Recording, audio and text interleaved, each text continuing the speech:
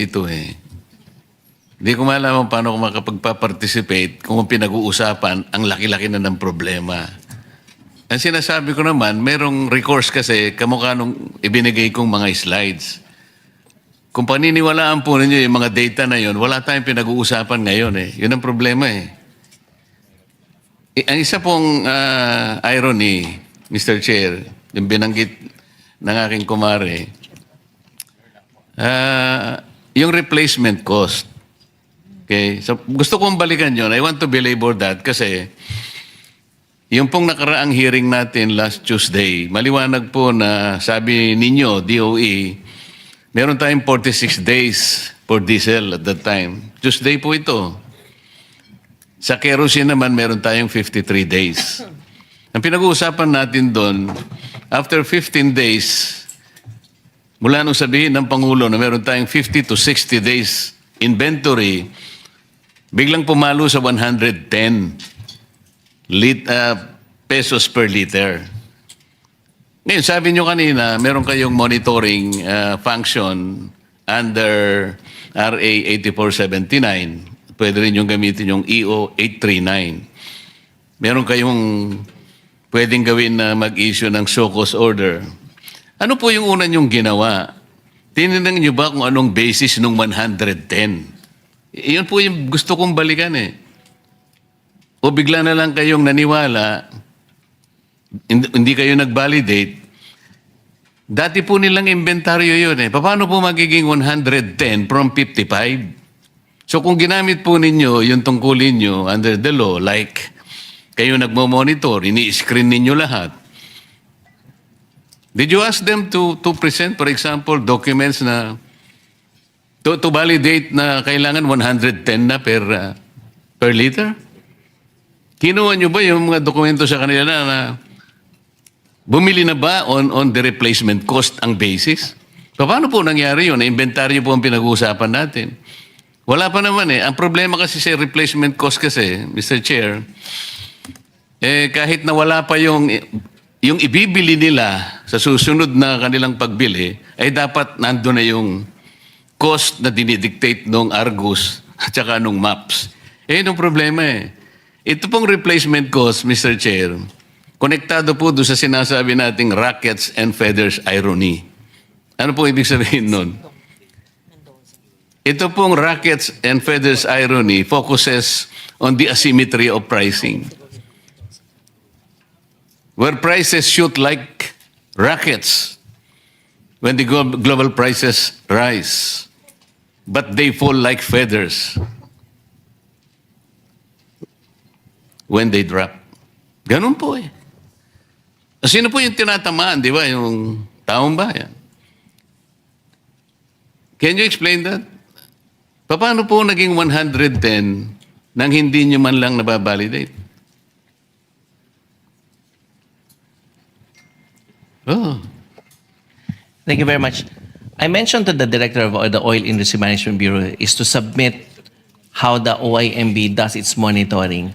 But to answer it precisely, we can Hindi have... po, after 2 weeks, naging 110. So did you confirm that? Did you validate that na talagang bumili sila at 110 pesos per liter? O ginamit pa lang nila yung kanilang inventory because at that time, meron pa silang 46 days for diesel and 53 days for gasoline. Mr. Chair, because we always have the cyclic differential cost May hirapan nga dyan sa application. pagka dyan ka tumira eh. Ganito sinasabi ko, meron pa silang inventaryo. You take note, 46 days pa. Last hearing ito eh. Ibig sabihin, andun pa yung binili nila sa dating Correct. presyo. Ngayon, after 2 weeks, bigla nilang sumirit. Sabi nga nila, Yeah. 110. Na ngayon, nag-a-average na ng 126. Paano nyo minonitor? Paano nyo binalidate na totoo yun? Samantalang ang ginagamit pa nila ay inventaryo pa nila na binili doon sa dating presyo. Mr. Chair, because basically it's like saying that the diesel we consume is around 33 million liters per day. So mga 7 days po yan. At pag yan ho ang nabenta, they Hindi always, nga. the industry always... After 2 weeks ba, naubos na yung kagad ng inventory? 45... Hindi, yung dumadating pagka next week, Hindi, teka mo, ang puntahan muna natin yung inventaryo nila. After 2 weeks ba naubos ang inventaryo? Is that the assumption of DOE? no, it's Yun around pala, 7 days. Saan binasa yung 110? That is the question. So, Mr. Chair, because they have to replenish again the 7 days. Yusek, hindi ka director. After 2 weeks, nandun pa yung inventaryo. Yes. Okay. Pero after 2 weeks, 110 na nga ang ginamit eh. So, inventaryo pa rin ang ginamit. How did you justify that? Because, Mr. Chair, yung binenta kasi na yun will have to be replaced right after next week. So, kinolekta ho yung amount. So, ang nangyari, ang nag-finance ang taong bayan. Hindi, sabihin mo, hindi yung... That's the way... Ulitin mo yung sinabi mo. So, Hindi, ulitin mo yung sinabi mo. yes, it's really... Hindi, yung exactly. It's passed on to Oh, yan na nga eh. consumers. Paano yung mga shareholders nila? Hindi sila gumagalaw?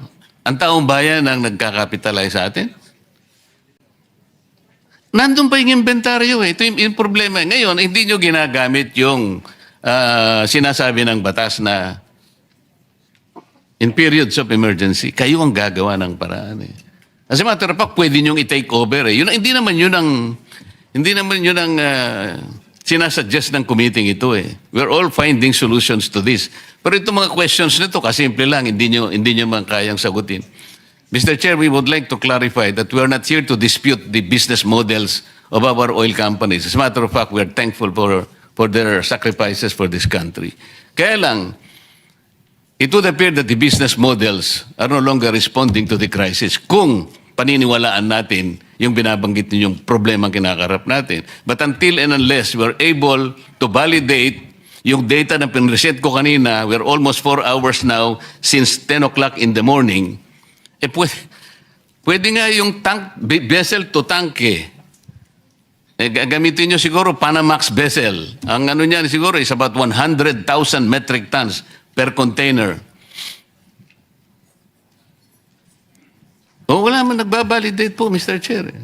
Para sana uwi na lang ako. If you prove me wrong, halimbawa, mali yung nakuha kong information, so magsosorry na lang ako, Mr. Chair. Pwede naman ako magsorry kung mali eh. Hindi na, habulin ko na lang yung tao ko, yung kaibigan ko na nagsabi sa akin ng gano'n. Bakit mo sinabi ito? Mali pala.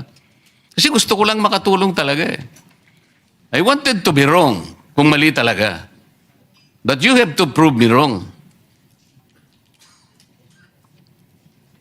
Government to government, hindi nga dapat mangyari yung pumunta nga. Andun nga yung tangke, mga tangke ng 2 refineries. Rotterdam refineries produces, I think, 1.2 billion barrels, per day.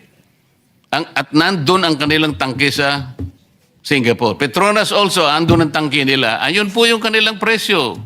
No, nobody is reacting to this. Pinag-uusapan natin yung problema at ang mga measures na gagawin natin without even going back and checking whether those data are valid or not. So, paano yung replacement cost?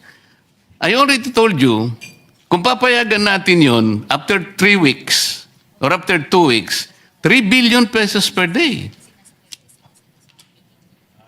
Did you check this?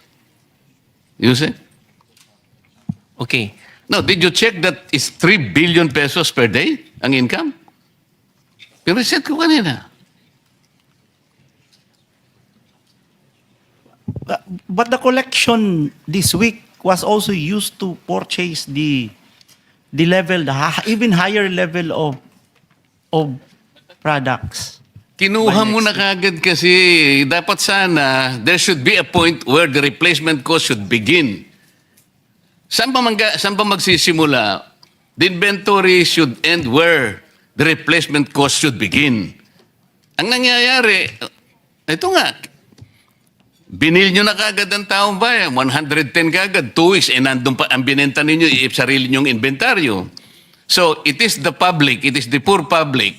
Ayan si Mr. Boss, ano ang pangalan mo? Si Mr. Balbuena kanina pa naglulupasay. So, Mr. Chair. Mr. Chair.